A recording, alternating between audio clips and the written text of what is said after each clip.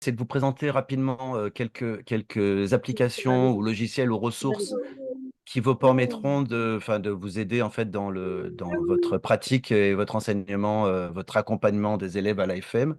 Donc pour débuter, évidemment, on va partir sur nos ressources pédagogiques à la CMF. J'avais déjà fait voir ce catalogue, mais je vais le refaire voir. Donc, on va dans catalogue général. Et ici, vous avez donc voilà, le catalogue, etc. Et là, vous avez logiciel. Alors, quand vous allez dans logiciel, soit vous tapez ici, puis vous recherchez un logiciel, j'en sais rien, enfin, quelque chose, quoi. Si je tape master, par exemple, qu'est-ce qu'il va me faire? Il va mouliner un petit peu et il va dire, voilà, j'ai pas mal de trucs qui sont en master. Bon, bah, là, du coup, il est plutôt, il n'est pas ciblé sur les logiciels. Donc, l'idée, c'est d'arriver sur nos logiciels et hop, et ici, en fait, vous avez tout un élément sur la droite et vous pouvez choisir formation, par exemple, formation de l'oreille, des arrangements, synthétiseur, looper. Donc là, il y a pas mal d'éléments. Et comme j'avais déjà dit, en fait, vous pouvez aussi filtrer par gratuit. Donc gratuit, ça veut dire que vous y avez accès gratuitement. Euh, alors, parfois c'est on va dire le démarrage qui est gratuit, puis après, quand on va aller un peu plus loin, c'est payant, ou on a un certain nombre, on va dire, de possibilités d'édition gratuite, et puis au bout d'un moment, on ne peut plus. Et ensuite, il y a les gratuits. Et alors, il n'y a pas les libres, c'est bizarre. Parce que alors, les logiciels libres, comme on dit, c'est des logiciels qu'on peut utiliser et nous-mêmes, en tant que, enfin, si on est développeur, pouvoir aussi travailler dessus. Alors, ce qui m'intéresse là-dessus, c'est d'aller voir un petit peu ce qui se passe dans la formation de l'oreille, par exemple. Et donc là, je vais faire filtrer, affiner ici. Ah, je vais même faire, voilà. Et là, vous avez donc là, on parle des logiciels, hein. Toutes sortes de logiciels très intéressants qui sont à la fois des applications, donc on va dire logiciels plutôt pour les ordinateurs, que ça soit Mac, PC enfin, ou Linux, on va dire. Et puis aussi des applis, on va dire les applications sont plutôt, elles, pour les téléphones portables, les tablettes. Là-dedans, c'est pareil, il y a certains qui font uniquement pour l'un, certains uniquement pour l'autre, et puis certains pour les deux.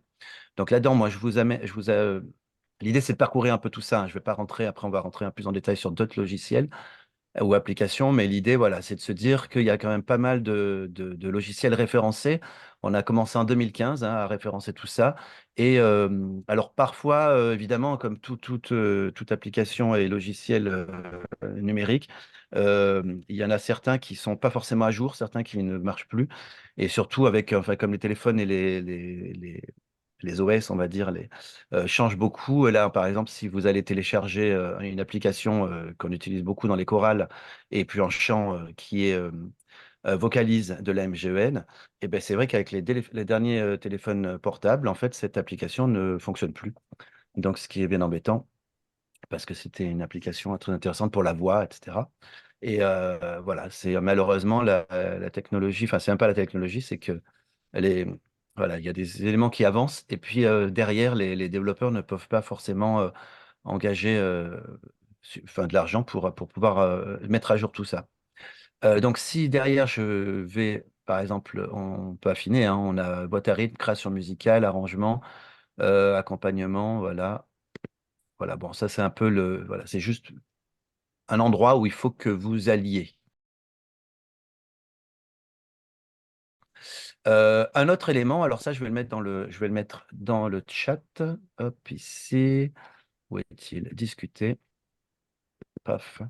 Voilà.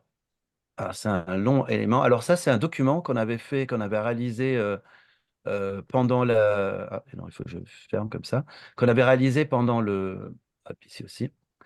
Pendant le confinement et qu'on avait ensuite pu mis à jour. Et donc là, c'est un vraiment très complet.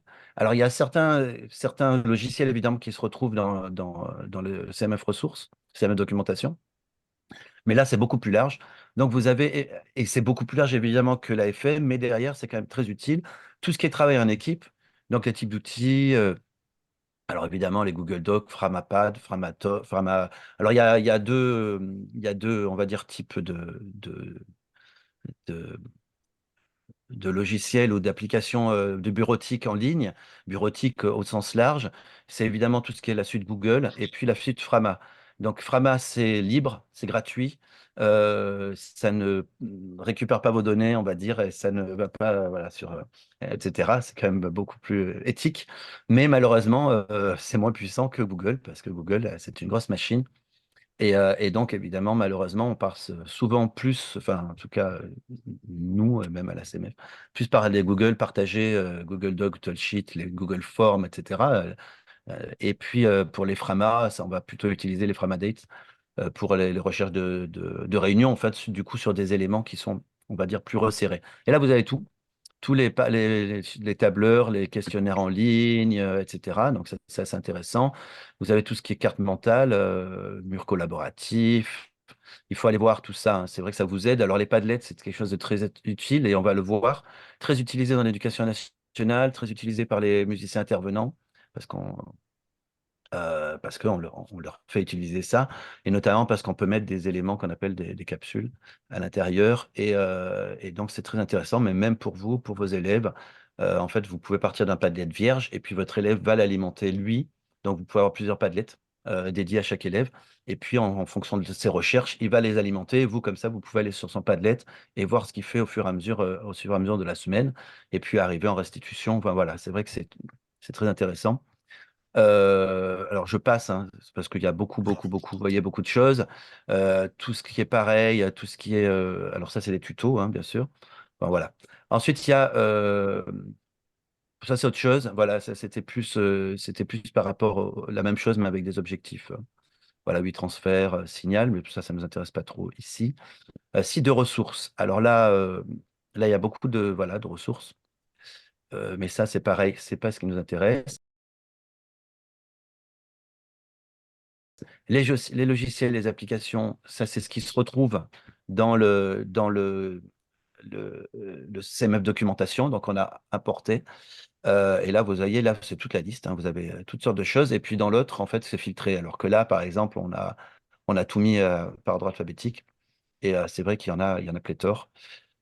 Et puis, ce qui nous intéresse aussi, ce qu'on verra après, c'est tout ce qui est ressources, c'est-à-dire qu'au-delà des applications et des logiciels, c'est comment vous, en tant que professeur, vous pouvez aller chercher, enfin, vous avez besoin de ressources, on va en voir quelques-unes, notamment, par exemple, voilà, en formation musicale, évidemment, il y a pas mal de ressources.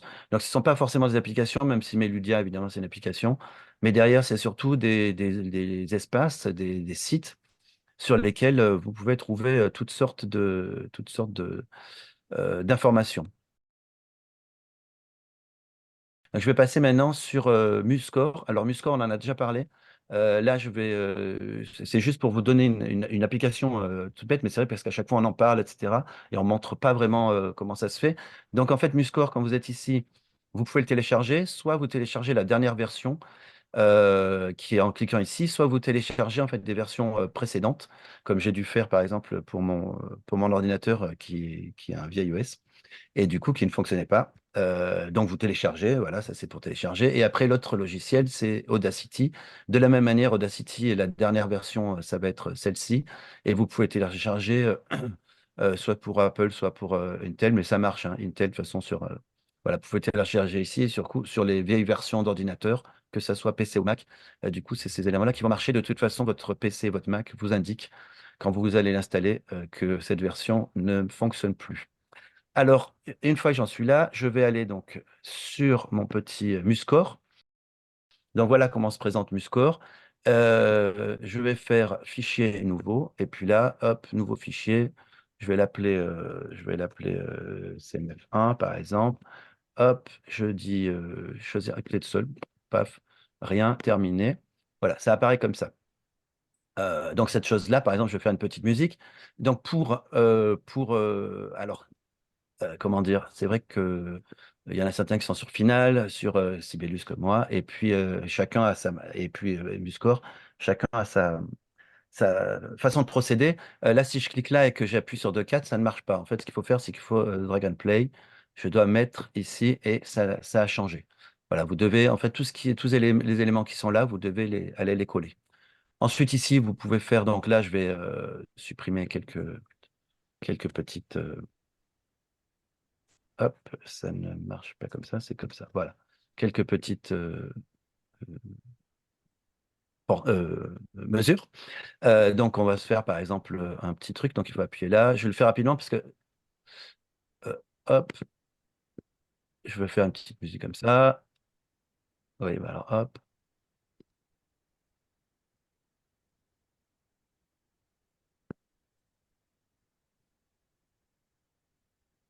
hop. Et alors là, je vais faire. Ça, c'est pour vous aussi. C'est-à-dire que, euh, voilà, ça, c'est ce que vous pouvez faire.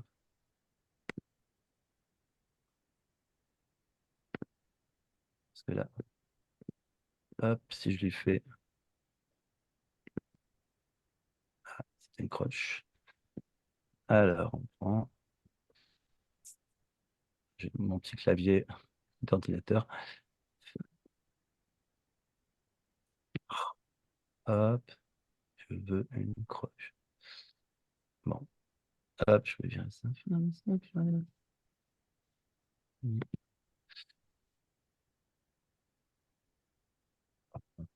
Ça, plus simple.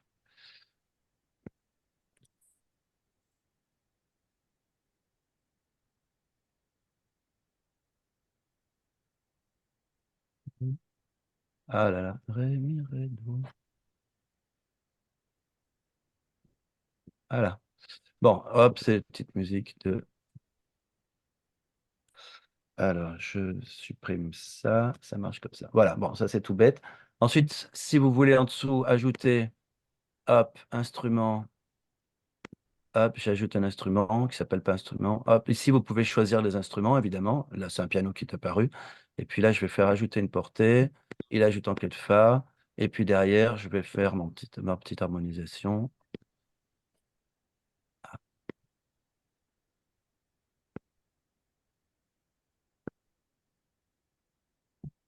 Euh,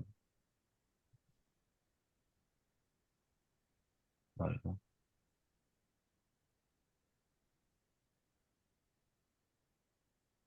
Ah,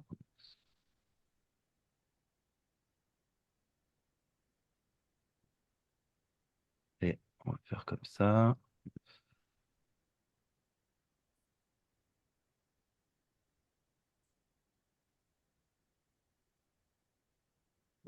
Désolé, je ne maîtrise pas forcément avec mon clavier. Donc là, si on veut l'écouter, ouais, bah, c'est super. Alors, je vais l'écouter d'ici.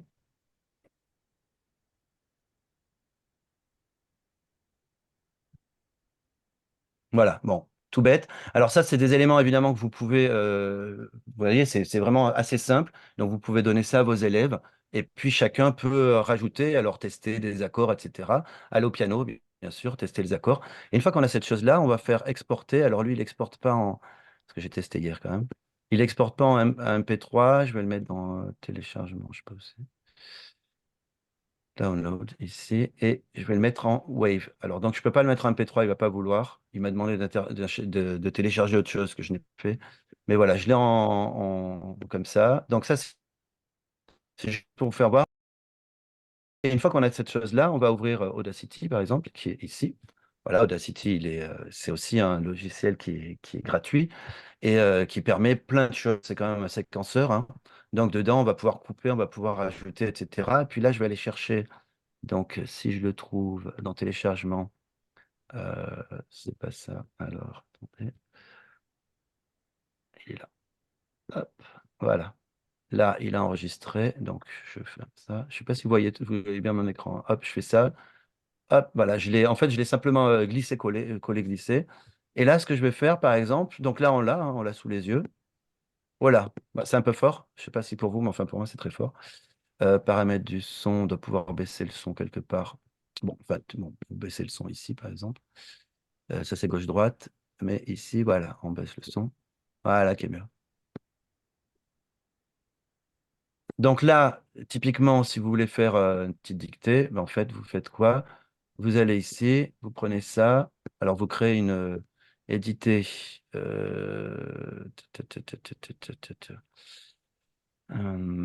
Pap, pap, pap.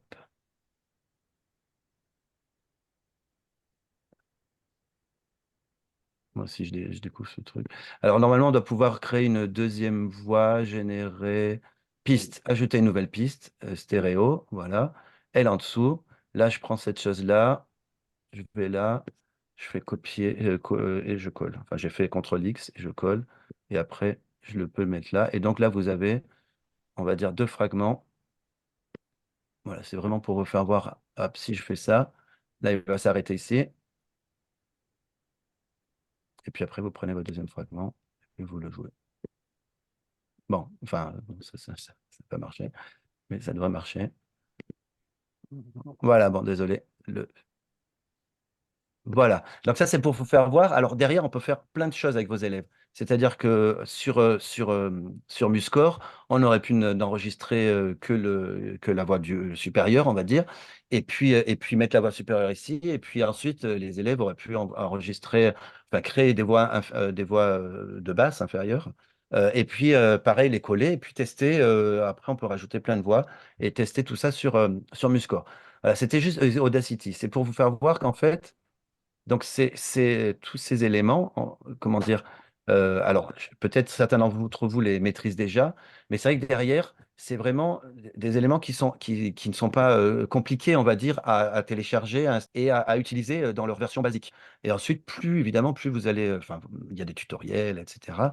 Et puis par vous-même, en fait, plus vous allez avoir envie de faire des choses et plus vous allez aller loin. Le tout, c'est voilà, c'est de débuter. Et c'est vrai que c'est intéressant de faire ça avec ses élèves. Alors, évidemment, tout le monde n'a pas d'ordinateur à la fois chez soi ou en classe. Mais une vieille machine qui coûte pas cher, voilà, essayez d'avoir de toute façon dans les écoles de musique, euh, on trouve toujours une vieille machine qui traîne. Ça, c'était donc pour Audacity et puis Muscore. Là, du coup, une petite application. Alors, Every Noise, c'est quelque chose, vous voyez, c'est assez basique, hein, enfin assez basique, voilà, c'est assez sobre, on va dire. Et alors là, si je me déplace sur la droite, ici, hop là, en fait, qu'est-ce qui arrive ici? Enfin, il y a plein de trucs qui arrivent ici. En fait, ce sont des nuages musicaux. C'est-à-dire qu'en fait, si ça, c'est bien pour vos élèves et c'est bien pour vous, si vous recherchez de la musique et comment dire, tout ce qui peut euh, de manière étendue, en fait, vous rapprocher enfin, se rapprocher à cette musique-là. Et là, on découvre alors plein de noms putain, on peut pas tout connaître et qu'on découvre, c'est génial. Une fois qu'on est là-dedans, on n'arrête plus de se promener. Mais c'est vrai qu'on le New Italian Disco, etc., Garage House, enfin toutes ces mouvances. Et du coup, vous vous déplacez et vous allez arriver sur tout ce qui existe en termes de musique actuelle euh, et trad, on va dire. On se déplace, c'est un nuage, il est là. Et donc là-dessus, il y a, vous voyez, plein de musiques différentes qui sont regroupées en fait par style. Et plus on s'éloigne en fait par exemple, du funktronica, il y a tout ce qui est autour, évidemment, c'est de plus en plus proche et tout ce qui est éloigné, de plus en plus éloigné. Mais c'est assez lié, on va dire, c'est pondéré. Alors là, ce que je disais tout à l'heure, c'est que là, si je tape William Byrd, par exemple. Il faut taper, parce que je cherchais Boulez, par exemple, et puis il disait, ça n'existe pas. Et pourtant, je le trouvais dedans. Donc, en fait, il faut vraiment taper le prénom et le nom. Donc, William Byrd, je vais entrer, hop.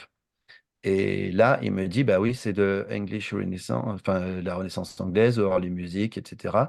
Et si je vais sur la Renaissance anglaise, bah là, vous voyez, il y a William Byrd ici, puis tout autour, il y a toutes sortes d'autres compositeurs de la même époque. Et puis, en fait, ce qui est intéressant, c'est quand je clique dessus, j'ai un exemple. Vous voyez, j'ai des exemples. Donc ça, pour les recherches avec vos élèves, c'est très intéressant. Et si je reviens en arrière, parce que je ne sais pas comment on revient en arrière, si je tape Pierre Boulez cette fois-ci, j'aurais pu taper d'autres que Pierre Boulez. Mais ce qui est intéressant, c'est que alors on peut aller sur le séraliaïsme, l'avant-garde. Là, c'est pareil, hein. Hop, alors c'est très anglophone, évidemment. Et là, vous voyez, quand on va sur Pierre Boulez, on n'est pas. Si j'étais passé sur sérialisme, je serais plutôt tombé avec Pierre Boulez quelque part, mais sur Webern, Schoenberg, etc., toute l'école. Et puis alors là, bah, il doit être quelque part, Boulez, mais je ne sais où. Mais bon, on a du John Cage, on a du Pierre Schaeffer, voilà. Et tout ça, en fait, quand on clique dessus, Terry Riley, voilà, ça c'est les minimalistes. Et ça vous permet, en tout cas pour vous, de vraiment parcourir, faire découvrir à la fois vos élèves et à vous-même, de découvrir de la musique et faire découvrir de la musique. Suivant. Donc ça, on est plus maintenant sur de la ressource. Alors la ressource, je vais à nouveau départager et puis je vais le repartager après. Donc ça, c'est ce que je vous disais, c'est comme un Padlet, ce sont des capsules faites par l'Association des professeurs d'éducation musicale. Là, donc vous êtes sur cet élément-là. Et là, du coup, alors c'est marrant parce qu'il y a Escape Game en premier et Maxime va en parler tout à l'heure. Mais il y a toutes sortes de choses sur toutes sortes de choses, le langage, le rôle des textures. Et là, en fait, tout est déjà. Si vous cherchez à montrer à vos élèves qu'est-ce que l'écriture contrapuntique, la basse continue, les langages, les formes, voilà, il y a toutes sortes d'éléments. Voilà, et même Jean-François Zigel, etc. Langage, le temps. Et donc, voilà, il y a des personnes qui font ça, qui mettent à disposition ces Padlets. On va là sur un autre Padlet qui est un peu pareil, hein, mais lui qui est là, autant c'est un Padlet pour les professeurs d'éducation musicale, donc qui est donc comment dire, on est sur des, des, des- des socles de compétences et de connaissances qui ne sont pas spécialisés comme on peut l'être dans l'enseignement spécialisé justement. Et là donc sur ça, on est plutôt classé par cycle. Et de la même manière, vous avez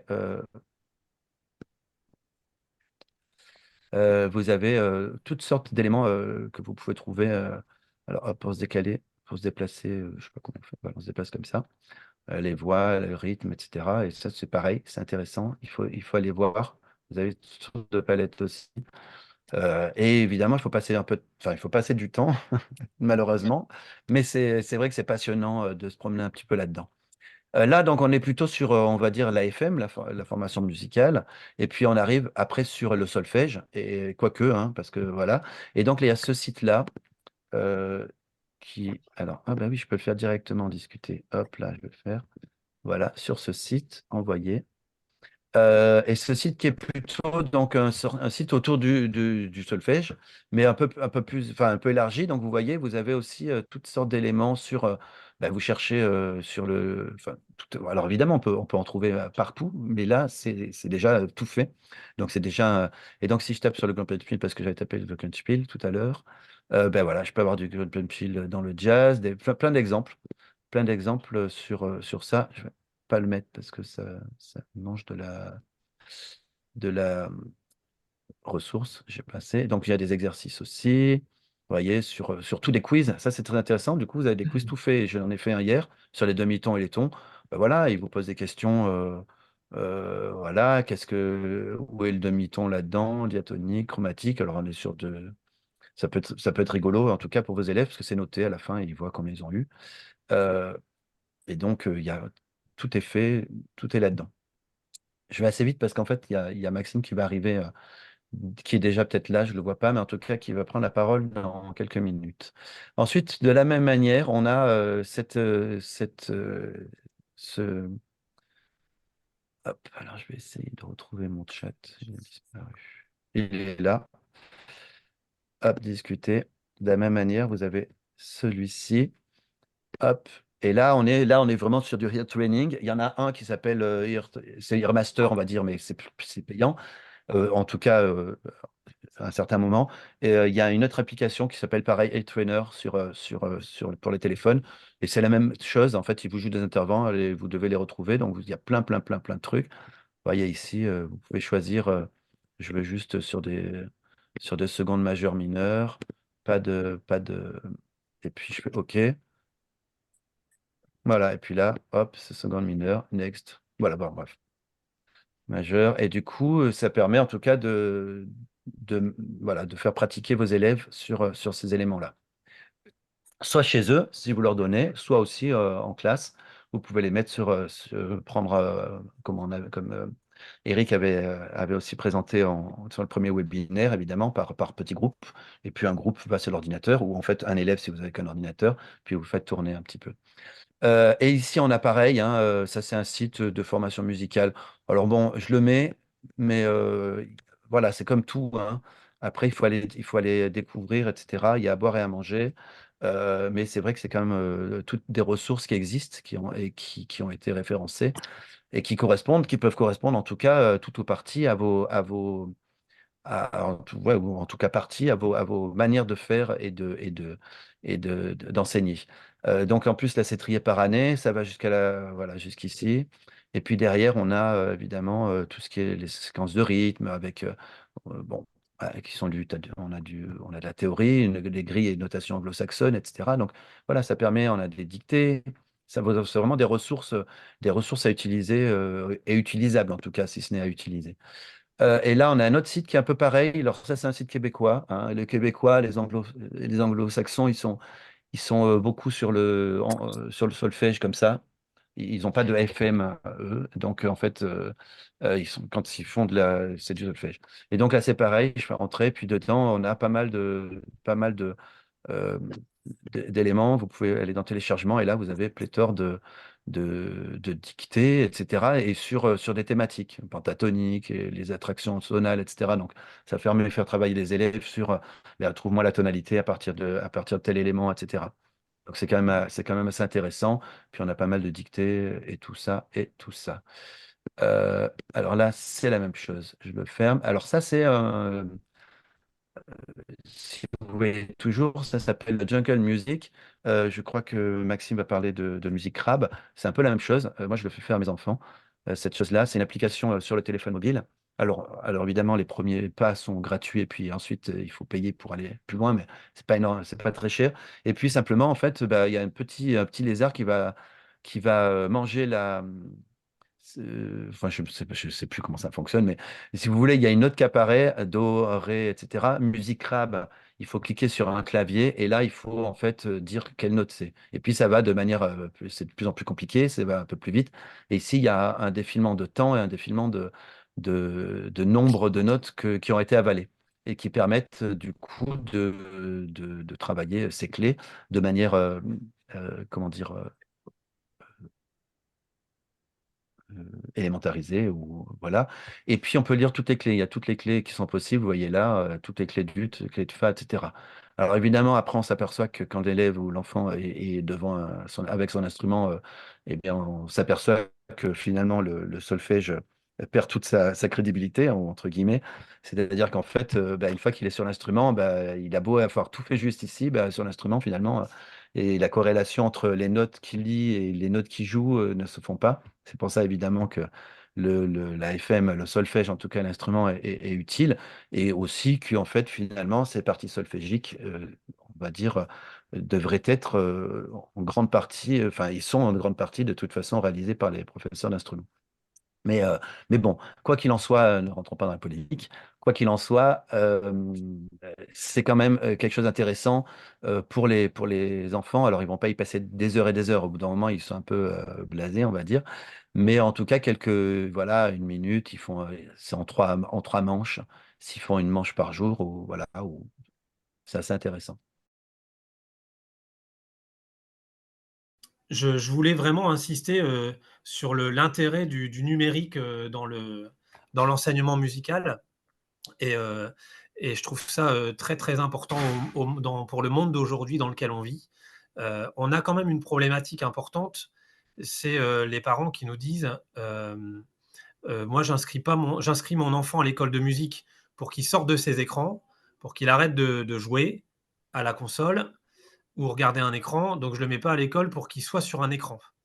Voilà, alors c'est un peu une question dilemmatique à laquelle on doit faire face. Et la réponse, Anissé pourra peut-être en parler rapidement après, c'est aussi de dire que dans les écoles élémentaires, les écoles primaires, finalement, beaucoup de monde utilise des ENI et des outils interactifs qui sont aujourd'hui des outils pédagogiques indispensables pour à la fois l'apprentissage, mais aussi l'apprentissage adapté. Et on en parle de plus en plus, hein, de pouvoir adapter l'apprentissage en fonction des enfants, de leurs troubles aussi cognitifs. Et donc l'avantage de ces applications, et notamment celle qu'Anissé va présenter après, c'est aussi de pouvoir travailler en fonction des difficultés que rencontre chaque élève et de pouvoir adapter l'apprentissage en fonction des difficultés rencontrées. Voilà. Euh, alors, je reprends simplement mes notes parce que je ne suis pas sur mon ordinateur principal. Touc, touc, touc, touc. On a aussi le grand intérêt de logiciels. Alors, je crois que Ludo, tu as présenté Audacity juste avant. Donc, la possibilité de changer les hauteurs, de changer les tempos. Et ça, dans la formation instrumentale, c'est vraiment super bien. Il y avait l'outil, il y a l'outil de cmfmedia.org qui est très très bien aussi et qui permet de récupérer les audios du catalogue instrumental proposé par la CMF. Il y avait avant l'outil Chorus Play qui était très très bien aussi, mais pour des raisons financières, pour l'instant, il est mis en stand-by. Voilà, je ne rentre pas dans le détail euh, de ces complexités qu'on a reçues, mais c'était quand même un outil formidable où on pouvait gérer en direct le tempo, où on pouvait scanner la partition. Et alors, le fait d'avoir la barre de défilement sur ces outils pendant qu'on joue, c'est aussi formidable parce que un élève qui en a de plus en plus aujourd'hui dans les troubles de 10, qui ont du mal à se repérer sur la partition, eh bien, c'est beaucoup plus facile avec cette barre de défilement qu'on retrouve aussi sur d'autres applications type Tomplay, qu'il ne faut vraiment pas hésiter, je pense, à mon goût, à utiliser. Alors évidemment, j'en parlais pour l'écoute globale dans les précédents webinaires, ça demande aux écoles de musique ou aux enseignants d'être outillés correctement. Ça, bon, bah, on est dépendant aussi des possibilités, des formations des uns et des autres, et puis aussi de l'investissement, parce que c'est aussi un petit travail de recherche. Voilà. Euh, Bah, je crois que j'ai fait un peu le tour, je regarde un petit peu. Euh, oui, s'il y a quand même quelque chose d'important qu'on utilise aussi, nous, dans nos séances de formation musicale, c'est le simple outil Framapad. Alors, c'est comme un Google Docs, euh, sauf que nous, on n'a pas le droit d'utiliser Google parce que c'est américain. Dans nos collectivités territoriales, on nous demande d'utiliser des outils européens. Eh, Euh, Framapad est un outil qu'on peut tout à fait utiliser. Et en fait, ça permet pour les tout petits de noter les entraînements qui sont à faire pour la semaine d'après. On sait qu'on perd, nos cours de FM sont de plus en plus courts. Avant, moi, quand j'étais petit, on avait 1 heure et demie. Aujourd'hui, on a 1 heure et quart, 1 heure, voire parfois 3 quarts d'heure. Donc, si en plus on doit prendre 10 minutes pour noter les entraînements, eh ben, c'est du temps un peu entre guillemets perdu pour les enfants qui doivent écrire. Donc, en utilisant le Framapad et en envoyant à tout le monde le lien Framapad aux parents, par exemple, eh ben, ils peuvent voir directement les entraînements qui sont à faire la semaine d'après. Donc voilà, sans utiliser de logiciel travail, bien qu'il soit très performant, je pense à Open Talent par exemple, qui doit posséder cet outil. Moi, je ne l'utilise pas parce qu'il n'est pas en place, mais on peut utiliser des logiciels complètement libres comme Framapad pour faciliter aussi la relation et l'engagement des parents, qui est primordial aujourd'hui dans l'enseignement musical. Et je termine simplement, aussi, nous, on utilise en FM des escape games. Alors, il y a vous avez dû en parler, il y a des Padlet, etc. Mais même sans forcément utiliser beaucoup le numérique, organiser une chasse au trésor dans l'école de musique en recherchant la baguette du chef ou j'en sais rien. Et puis en ayant après, à la fin, bah, sur l'écran, des petites récompenses, et ben, c'est toujours hyper ludique et je pense que ce sont des choses aujourd'hui inévitables pour réussir à garder des effectifs convenables dans nos écoles et un enseignement de qualité et en quantité dans notre France. Voilà, je ne sais pas si vous avez des questions sur mon intervention. mais-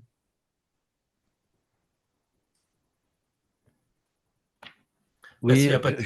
juste Maxime, c'est vrai que cette notion d'appréhension du numérique, là, je vous ai mis dans le chat, hein, c'est des amis chercheurs en psychologie, etc., en ergonomie et tout, qui travaillent justement ça s'appelle Premier Cri, hein, et qui ont un MOOC qui explique en fait pourquoi est-ce que finalement, dès la naissance même, on peut utiliser c'est on n'est plus sur les 5, 7, 12, etc.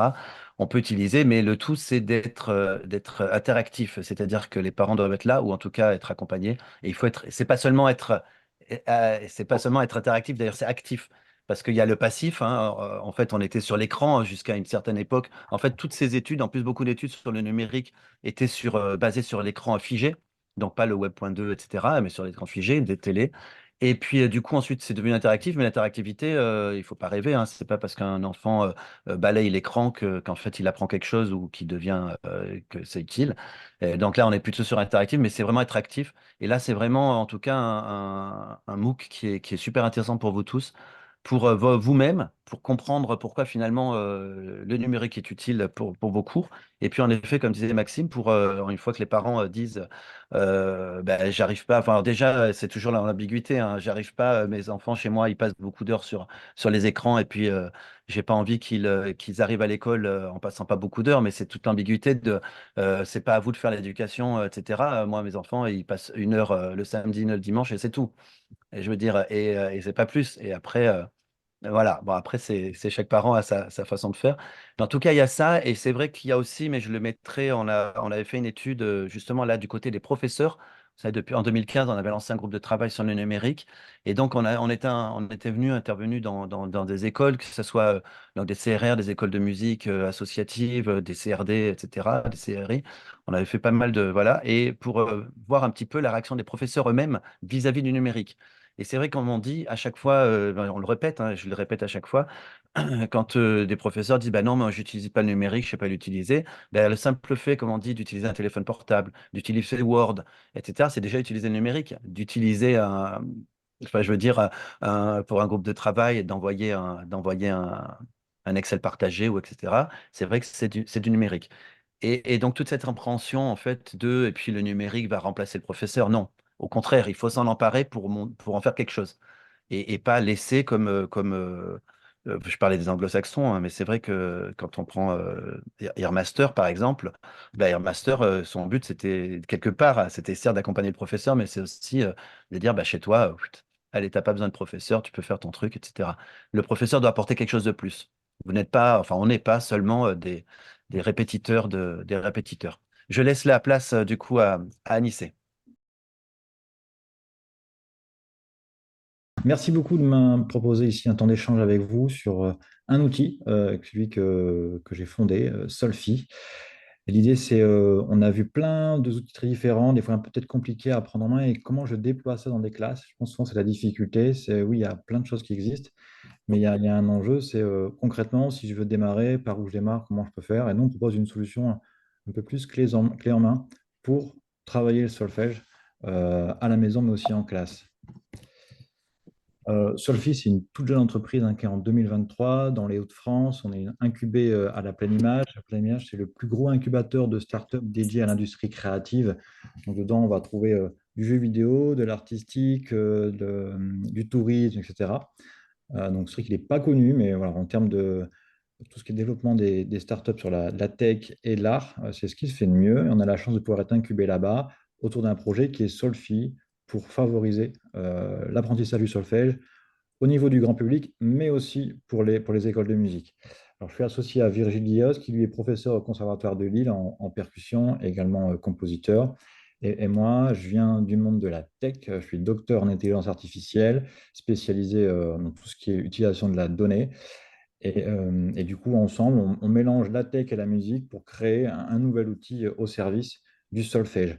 Alors d'ailleurs, on a fait un choix, c'est vrai, de partir sur le mot solfège, qui des fois fait un petit peu peur. Nous, ce qu'on a envie, c'est que les gens aient de nouveau plaisir, les enfants et les parents et un peu tout le monde, à se dire, ah, voilà, je travaille mon solfège et j'utilise une application qui s'appelle Solfi.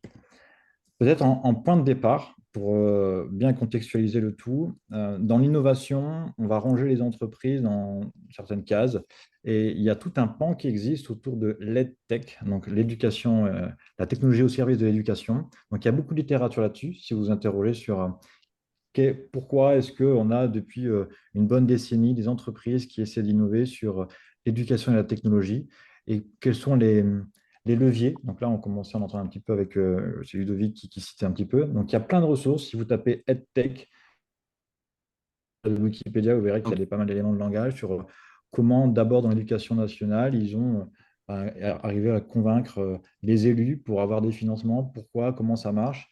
Même si souvent sur la partie acheter du matériel numérique au début, c'est pas facile parce qu'on ne sait pas quel outil on veut utiliser. On aurait envie de dire auprès de nos élus, ben voilà, il me faut du numérique, mais la questionnaire, c'est vraiment pourquoi faire. Il faut être convaincu de Qu'est-ce que je vais faire une fois que les tablettes sont arrivées dans mon école? Qu'est-ce que je vais faire une fois que j'ai les tableaux interactifs ou autres? Ça, c'est un argument qui n'est pas aujourd'hui, je pense, maîtrisé. Et notre mission dans l'EdTech, c'est de créer justement des outils qui vont être utiles pour vous et qui vont faciliter l'explication peut-être auprès de vos élus sur, ben, voilà, ça va nous permettre de faciliter le solfège ou le travail d'instrument, peu importe. En tout cas, il y a encore aujourd'hui un déficit en termes d'outils clairement identifiés auprès des écoles. Donc, merci pour cette présentation-là, d'une heure qui met en avant des possibilités. Et on a conscience qu'on a encore du boulot dans l'EdTech pour aller construire des applications de qualité, faciles de prise en main.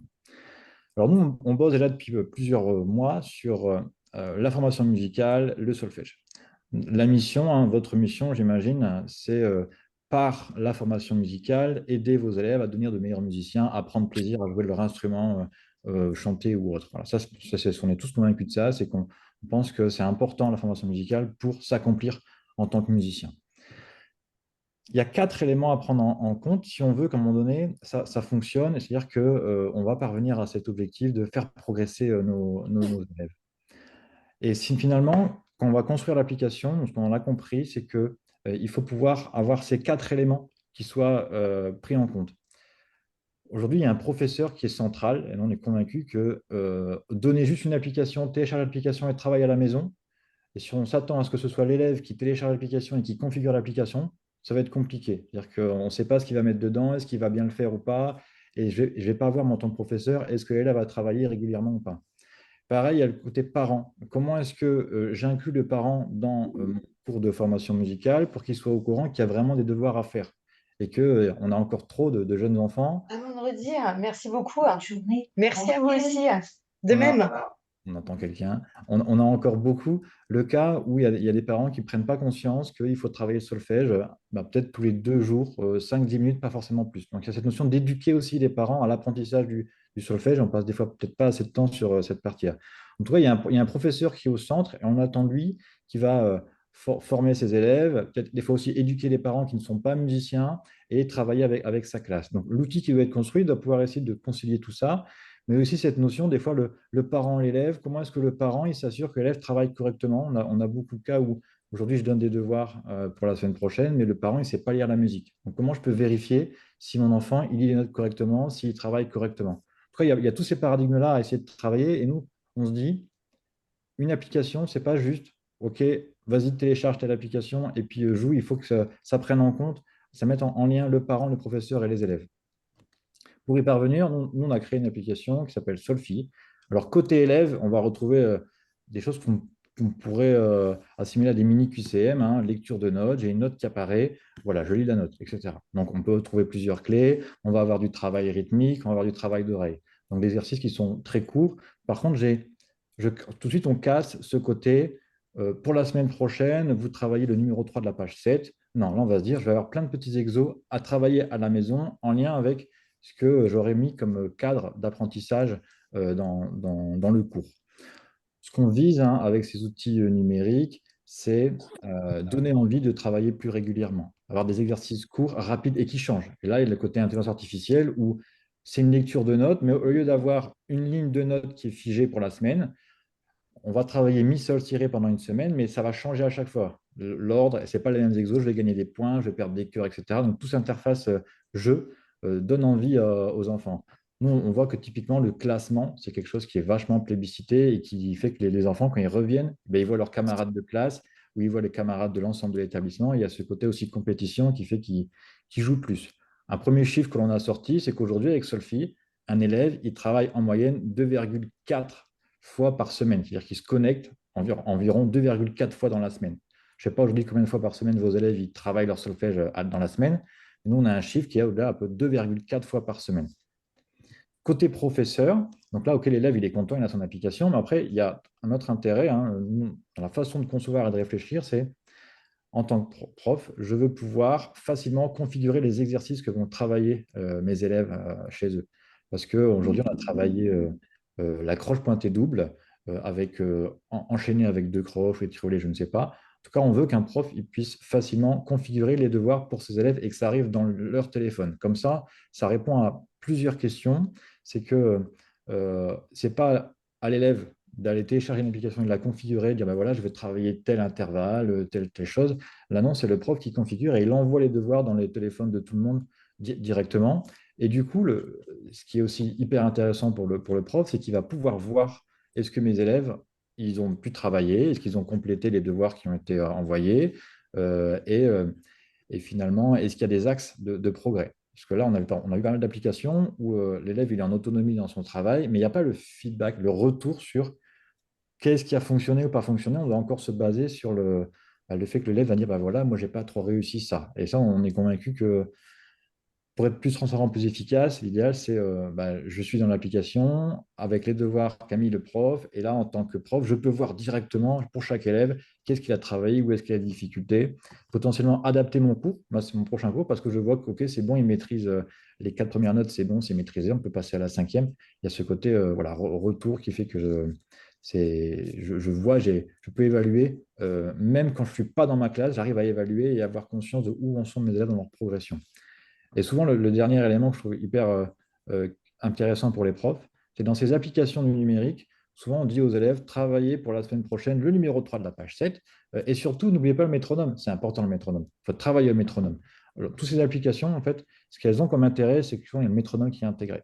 Et donc, on va avoir à la fois, en cas d'erreur, l'élève qui se corrige, c'est pas la bonne note, si le parent ne sait pas lire, c'est pas grave, le téléphone va indiquer la bonne note, mais aussi pour le tempo, le métronome, ça c'est intégré. Donc, on a un travail de meilleure qualité, parce qu'on va avoir à la fois des élèves qui viennent plus souvent parce qu'ils aiment bien ces outils numériques. Donc à la maison, je travaille plus, j'ai les corrections en direct et c'est gagnant-gagnant.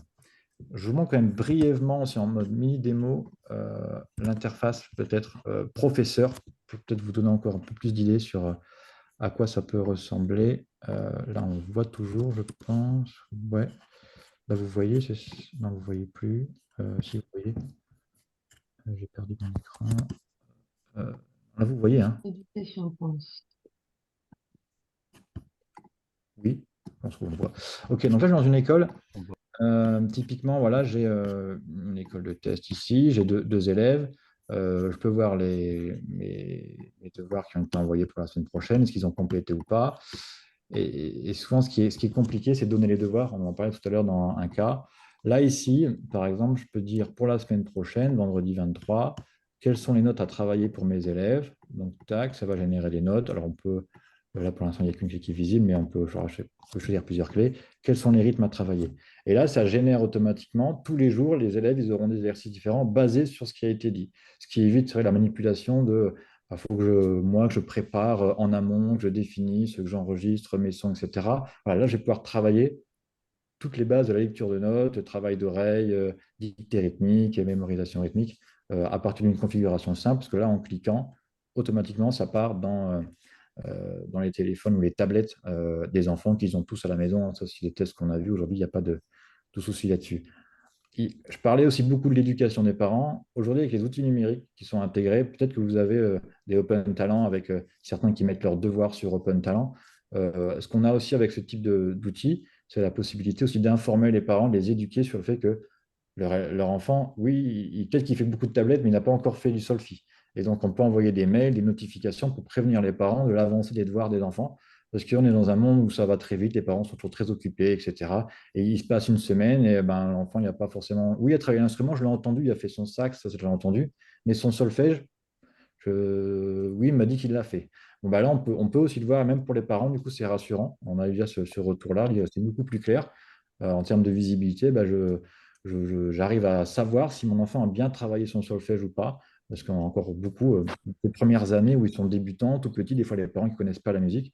Et là, ça permet de cadrer. Donc, ça aide à avoir des enfants qui sont motivés, qui travaillent mieux. Les professeurs sont rassurés sur le travail à la maison. Les parents aussi sont rassurés. Enfin, voilà, ça c'est pour essayer d'illustrer, vous voyez là avec notre entreprise, en quoi le numérique peut aider à faciliter la personnalisation, mais la création de contenu, d'exercices qui vont permettre de rassurer les professeurs, parents.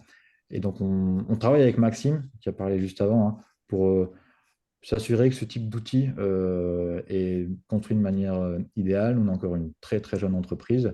Donc là, on peaufine, on améliore l'outil pour une ouverture à plus grande échelle pour la rentrée de septembre. Donc là, on travaille avec des écoles pilotes pour affiner tout ça et avoir un outil qui soit optimal. Merci beaucoup pour cette présentation. Est-ce que Est-ce qu'on peut aller un petit peu manipuler l'outil? Vous avez un lien pour cette version bêta? Avant, j'ai bien compris qu'il y aurait une commercialisation dans quelques mois. Mais aujourd'hui, si on veut déjà un petit peu manipuler, parce que le numérique, alors moi, je suis un très mauvais sujet sur le numérique, je ne l'utilise pas assez. Mais je pense que pour apprendre, pour s'en servir, il faut aller manipuler, il faut aller voir. Est-ce que vous avez une version qu'on peut aller voilà, tester un petit peu? Tout à fait. La version utilisateur apprenant joueur, on va dire tout seul, là, on peut la télécharger sur les stores, donc Google ou Android. Vous allez chercher Solfi et l'application va se télécharger. Il y a une version gratuite où vous pouvez du coup voir les types d'exercices, comment ça marche. Après, pour la version école, là, il faut me contacter, m'envoyer un petit mail. Là, j'ai mis l'adresse ici du site et je mets mon email également hop, dans le chat. Ou si vous voulez tester avec votre école, il me reste encore quelques places pour des écoles qui voudraient être pilotes. N'hésitez pas à me contacter et puis on peut regarder. Là, aujourd'hui, on a 300 utilisateurs qui utilisent l'application. On est à peu près à une centaine d'élèves qui se connectent toutes les semaines voilà, sur l'application. Donc, on commence à voir un peu ce qui fonctionne et ce qui donne envie. Là, n'hésitez pas à la télécharger, faire des retours si vous voulez. Et si jamais vous voulez tester dans votre école, ben, contactez-moi. Il me reste peut-être une école ou deux que je peux encore prendre. L'idée, c'est d'avoir un suivi ensemble pour que je puisse avoir cette disponibilité pour vous échanger. Donc, je ne prends pas non plus toutes les écoles de France pour l'instant. Voilà, si vous souhaitez tester, c'est possible aussi avec votre école. C'est vrai qu'on a toutes ces problématiques après de hardware et de technique de connexion à Internet, etc. Après, c'est vrai qu'il y a pas mal de logiciels qui n'utilisent pas, enfin, alors, il y a des logiciels qui utilisent Internet, mais enfin, typiquement, il y a l'application d'Anicet, etc. Enfin, toutes les applications, une fois qu'elles sont sur les téléphones, elles n'ont plus besoin de connexion Internet. Audacity, Muscore, une fois que c'est installé sur l'ordinateur, il n'y a plus besoin, il n'y a pas besoin d'Internet. Donc il y a ces notions, en effet, comment est-ce que on doit se connecter à Internet ou pas. Et comme je répondais, c'est vrai que dans l'étude qu'on avait faite, l'enquête, c'est vrai qu'il y a cette problématique-là. Après derrière, on pense de suite, quand on pense numérique, quand on pense tout de suite plan numérique, c'est-à-dire plan numérique pour l'établissement, etc. Comment il faut absolument avoir du Internet dans toutes les salles, avoir, etc., etc. En fait, on peut commencer, surtout nous, écoles associatives, hein, on peut commencer, enfin nous, il y a pas, on n'a pas que des écoles associatives à la CMF, mais en majorité, on peut commencer avec tout petit. On n'a pas besoin de faire de demander une offre de marché ou tout ça. Enfin, derrière, on peut trouver un ordinateur. Et commencer avec ça, vraiment, enfin, les logiciels qui utilisent très peu enfin, de mémoire en tout cas, et donc avec des trucs tout bêtes, on peut arriver très vite vous voyez, mon ordinateur, il est 2015 par exemple, je veux dire, et il fonctionne très bien sur la plupart des trucs. Donc ça, voilà. Et après, combien coûte un logiciel? En fait, ben, le logiciel. Ah, combien coûte ce logiciel? Alors ça, c'est pour Anicet. Est-ce que vous avez déjà une idée, Anicet, de, de, de la vente en B2B ou en B2C Ouais. Sur le grand public, il y a une offre gratuite où j'ai un nombre d'exercices limité, un nombre d'erreurs que je peux faire par jour qui est limité. Après, il y a un plan à 4 euros par mois où là j'ai plus d'exos et pareil, plus de cœurs pour faire plus d'erreurs. Et il y a un plan à 9 euros par mois en mode illimité, on va dire premium. Ça, c'est du B2C grand public, hein. Hmm. Forcément, après en B2B, ben, on va avoir sur des tarifs qui sont moins chers. On est encore en réflexion sur le tarif, certainement en nombre d'élèves. Après avoir, est-ce que c'est entre 10 et 20 euros par élève à l'année? C'est des choses qu'on doit encore Ouais, voir. c'est le BP, c'est le business plan, ça, qui va le Ouais. définir. Voilà. Aujourd'hui, en fonction aussi du lance de l'application finie, après Oui, avoir, bien sûr. on rajoute des fonctionnalités, mais ce sera vraiment un prix par tête d'élève à l'année, avec forcément avec des volumes qui font qu'on paye moins, etc. Mais le prix exact, j'ai dit grosse erreur entre 10 et 20 euros à l'année par élève. C'est le premier ressenti, après on verra. D'accord. Moi, ce que j'aime bien dans tout ce qui a été dit là, c'est que au-delà du logiciel ou de l'application en tant que telle, c'est le lien qui est créé avec avec l'environnement de l'apprenant, de l'élève. avec les parents, avec les collègues. C'est toute cette communauté et voilà, comme le disait Anicet, c'est la problématique, c'est de voir les parents dans l'année, et d'avoir ce suivi. Alors bon, on essaye de garder, avec les différents, logiciels de scolarité. Je ne sais pas si toutes les écoles ont un logiciel de suivi de scolarité, mais on n'est pas sûr que les parents se connectent vraiment, et cetera. Là, il y a eu voilà, un échange qui est, très, très rapide, très facile, et je trouve ça, voilà, hyper intéressant pour aller voilà, dans ce domaine du partage, et du suivi de l'enseignant, enfin voilà, du parcours de formation, auprès des parents.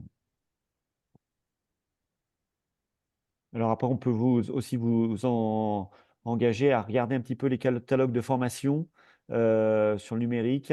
Dominique, tu me disais en privé que Uniformation avait proposé, une formation sur le numérique.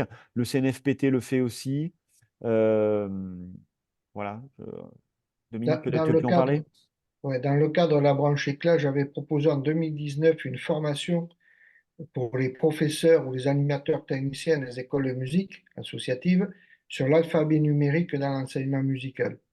Donc, dans le catalogue Uniformation, pour ceux qui sont du milieu associatif, vous pouvez trouver cette formation.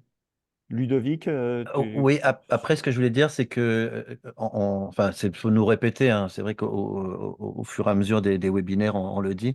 Là, on est sur des webinaires, on va dire, un peu généraux, déjà qui dépassent le stade des webinaires des années antérieures, qui étaient uniquement focalisés sur les épreuves de FM. Là, on élargit. Et évidemment, en fait, ces enregistrements sont sur notre chaîne YouTube et l'année prochaine, on ira aussi plus loin.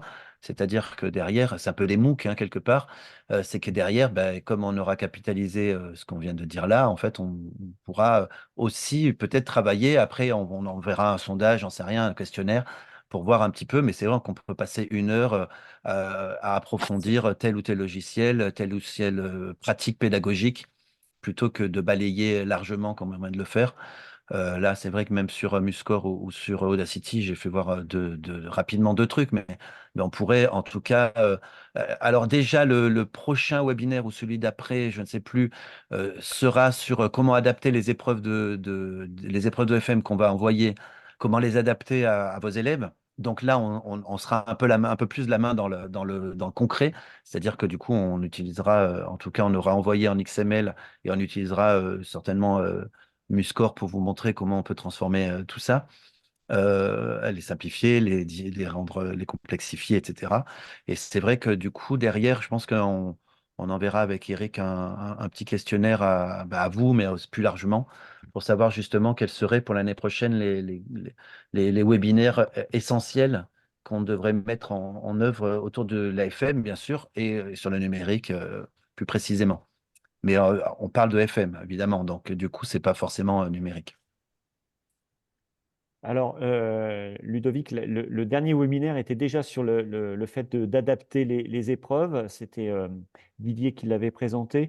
Le prochain, ça sera pour un peu plus général sur les ressources, les ressources de la CMF. On l'avait intitulé Comment utiliser les ressources pédagogiques de la CMF. Ah oui, ça, c'était Maxime.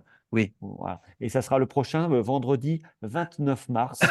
Euh, voilà, toujours à la Et même ça, heure.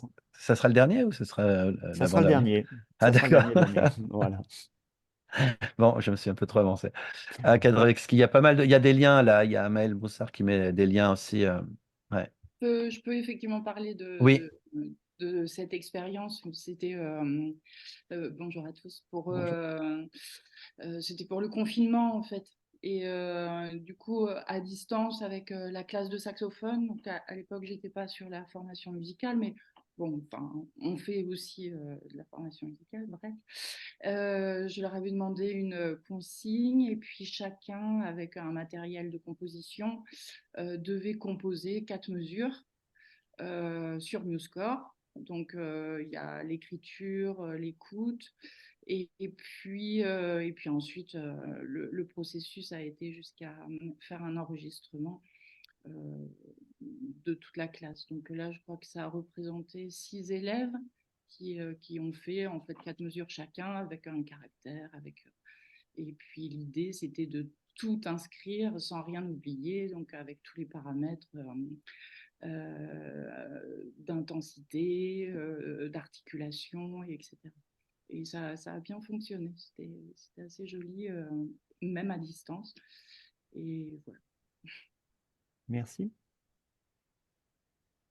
Écoutez, merci pour ce temps. Donc, tous ces échanges seront mis sur la chaîne YouTube de la CMF. N'hésitez pas à revenir vers nous pour toute demande sur ces temps d'échange sur la formation musicale. La commission est très dynamique. Je vous remercie, puis je vous dis au mois prochain, donc le 29 mars. Ça sera Maxime qui vous parlera des ressources de la CMF en termes de formation musicale. Bonne journée, à très bientôt.